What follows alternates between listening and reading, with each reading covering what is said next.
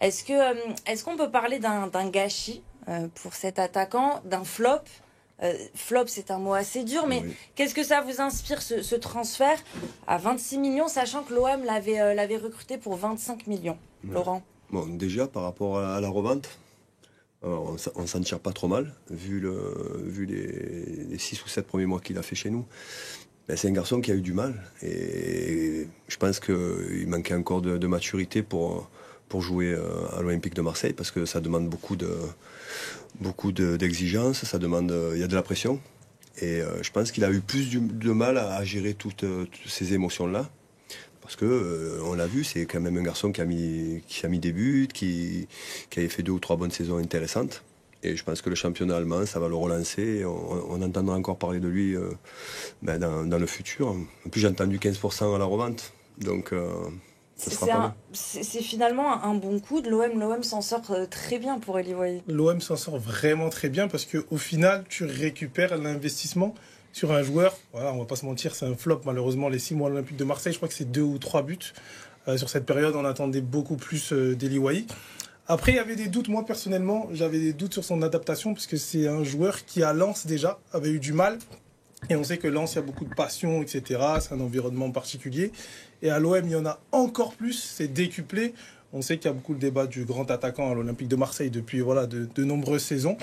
Et malheureusement, ce ne sera pas pour Eli Wahi. Mais au moins, le club n'a pas hésité, avec la première bonne offre, à le laisser partir à Francfort. Du coup. Ouais. Est-ce que vous ne pensez pas, Laurent, tu connais le club, tu le suis depuis des années. On le sait, il y a des attaquants qui sont venus, qui ont eu du mal à s'adapter, notamment les premiers mois. Ouais. Est-ce que là, il aurait peut-être pas fallu attendre aussi et se dire, bon, peut-être qu'avec le temps, ça ira?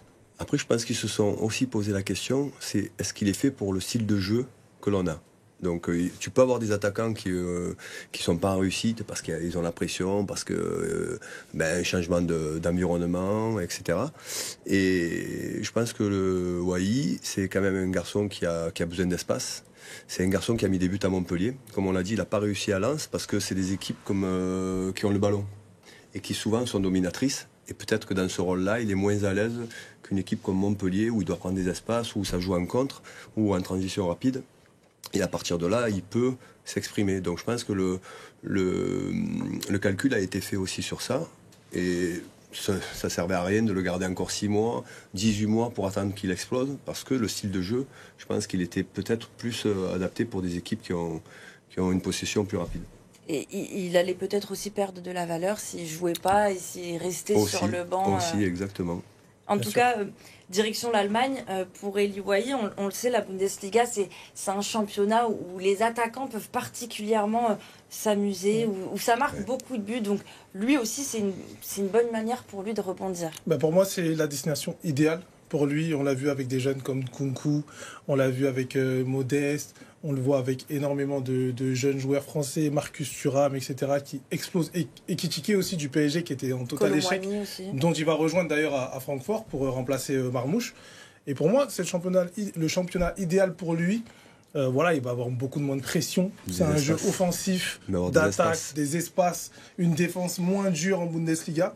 Et pour moi, j'ai aucun doute sur sa réussite dans ce championnat.